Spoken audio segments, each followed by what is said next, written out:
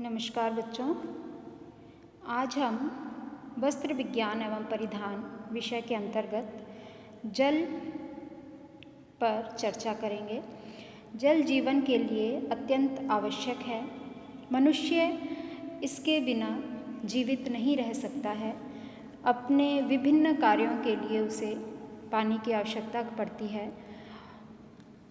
और वस्त्र विज्ञान एवं परिधान विषय के अंतर्गत जब हम जल की बात करते हैं तो यहाँ पर भी यह एक महत्वपूर्ण स्थान रखता है।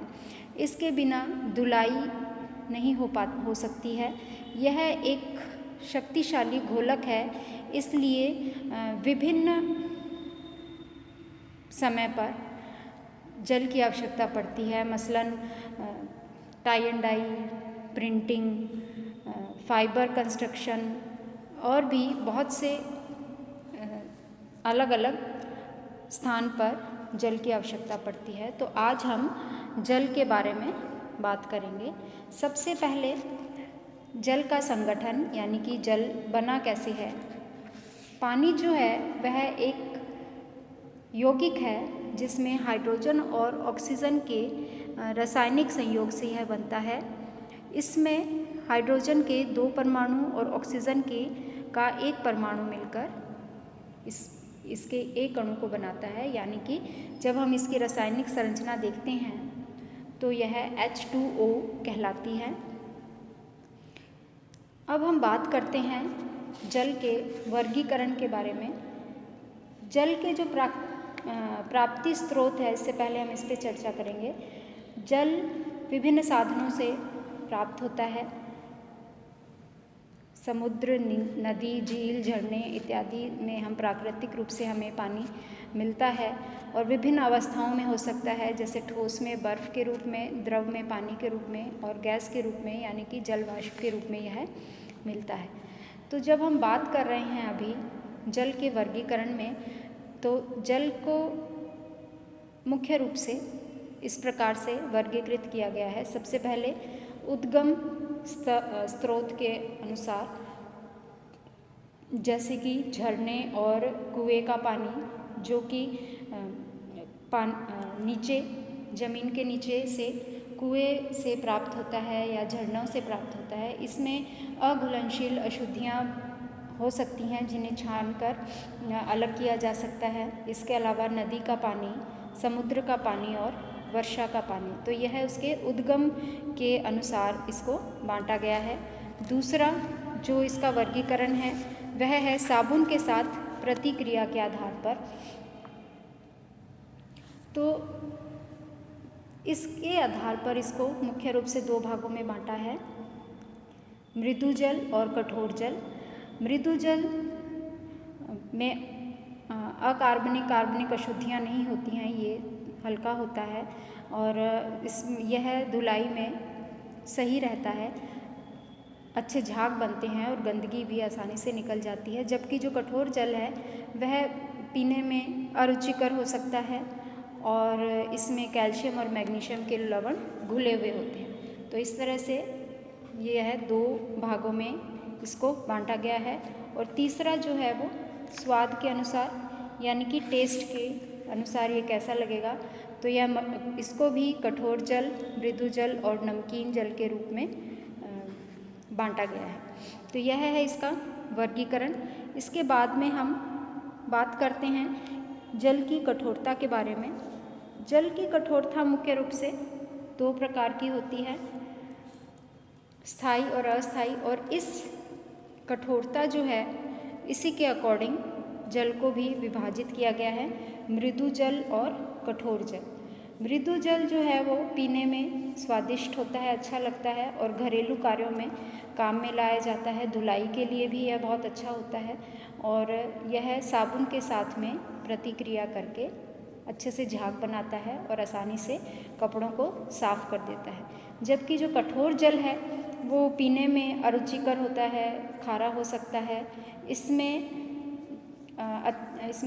घोलक क्षमता कम हो जाती है इसमें कैल्शियम और मैग्नीशियम के लवण घुले हुए होते हैं, जिसके कारण साबुन के साथ में इसकी प्रतिक्रिया अच्छे से नहीं हो पाती है और यह जो है वो अच्छे से झाग नहीं बना पाता, बल्कि फिर से इस तरह से रासायनिक क्रिया होती है कि कपड़ा जो है वो और अधिक मैला हो जाता है।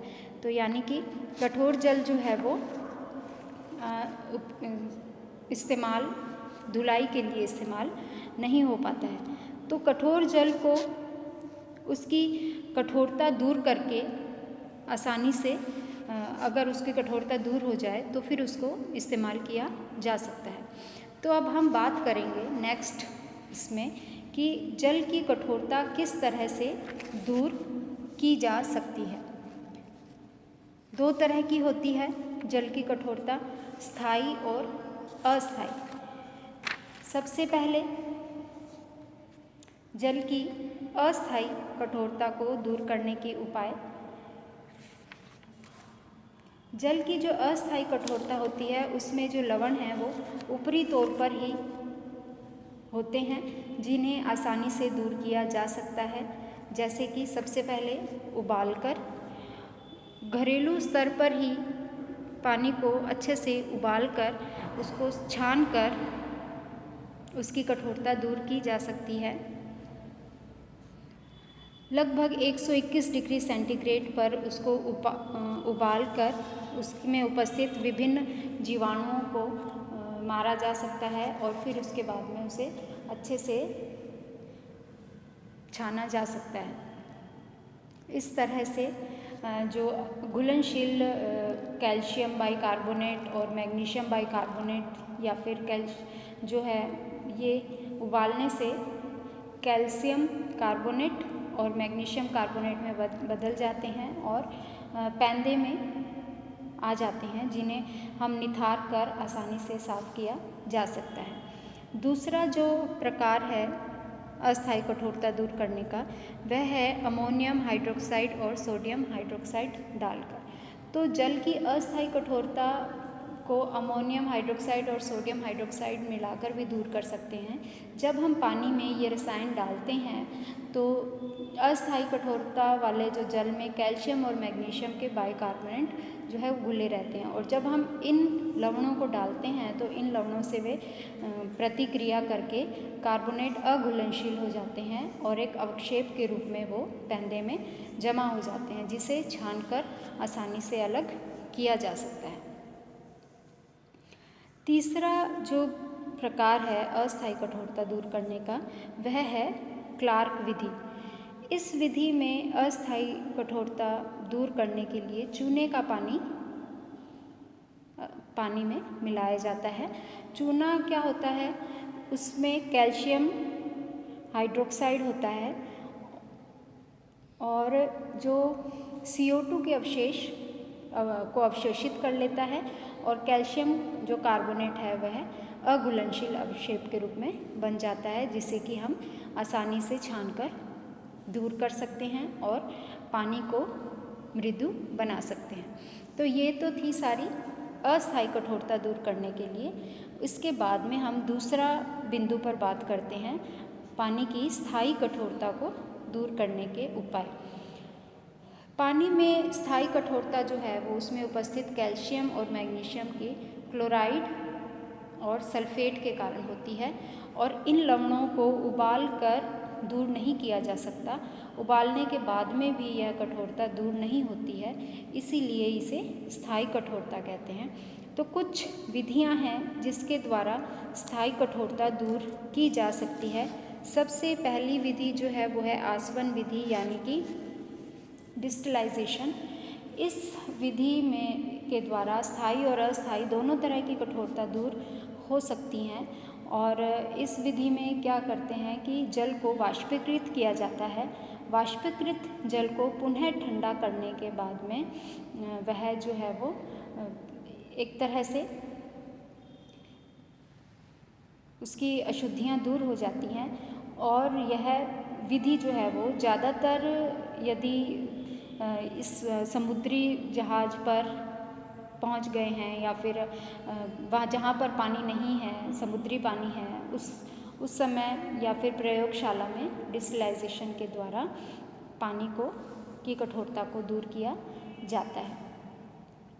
दूसरी विधि जो है वो है परम्यूटेट विधि।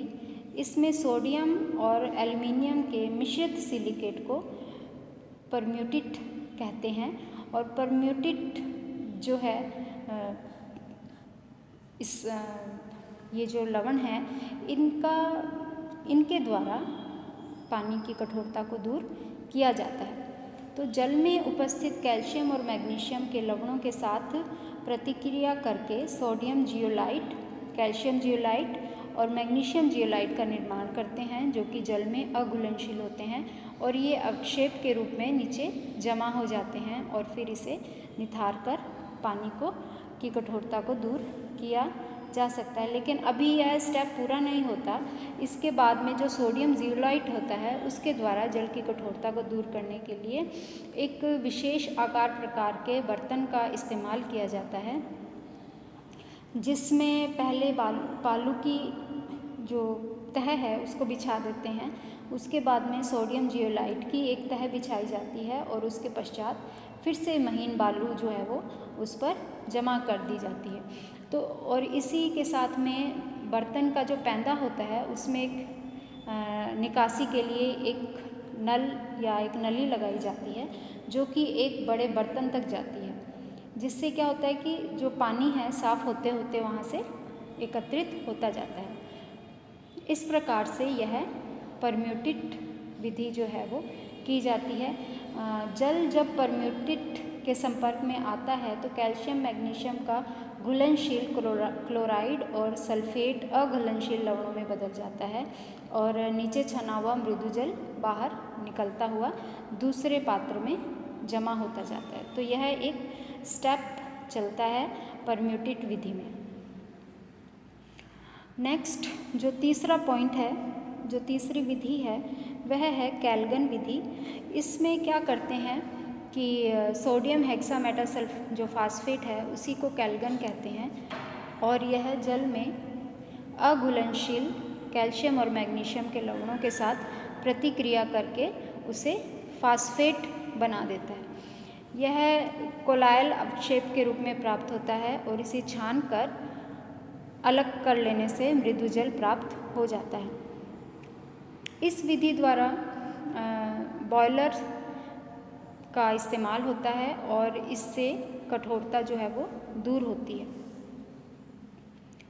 नेक्स्ट विधि जो है वो सोडा ऐश विधि। सोडा ऐश विधि द्वारा जल की स्थायी और अस्थायी दोनों तरह की कठोरता दूर हो सकती है और इस विधि में कठोर जल के साथ सोडा ऐश को मिलाकर उबालते हैं। सोडा ऐश के जो इसका जो सूत्र है वो होता है Na2CO3। तो यह कैल्शियम और मैग्नीशियम के अघुलनशील लवणों के साथ में क्रिया करते हैं और उसे अघुलनशील कैल्शियम मैग्नीशियम कार्बोनेट में बदल जाता है और यह अघुलनशील कैल्शियम मैग्नीशियम कार्बोनेट जो है वो पैंदे में जमा हो जाता है, जिसे छानकर हम दूर कर सकते हैं। इसके बाद में है आयन विनिमय विधि। आयन विनिमय विधि के द्वारा भी जल की दोनों ही कठोरता को दूर कर सकते हैं हम। इस विधि का इस्तेमाल जो है वो अब आधुनिकतम विधि के रूप में हम देखते हैं। हम अपने घरों में आजकल जो देख रहे हैं वाटर प्यूरीफायर, एक्वागार्ड वगैरह, वह इस विधि का इस्तेमाल करता है और इसे सबसे उत्तम आधुनिक विधि कहा जा सकता है। इसमें क्या होते हैं कि जल को शुद्ध करने के लिए दो प्रकार के आयन विनिमयक रेजिन का उपयोग किया जाता है, जिसमें एक धनायन और दूसरा ऋणायन विनिमायक रेजिन होता है और इनके आपस में अदला बदली से पानी जो है वो शुद्ध हो जाता है। इस तरह से जल की अशुद्धियों को दूर करके उसकी स्थायी कठोरता को दूर करके जल को मृदु बनाया जाता है। तो यह है जल की कठोरता को दूर करने के उपाय।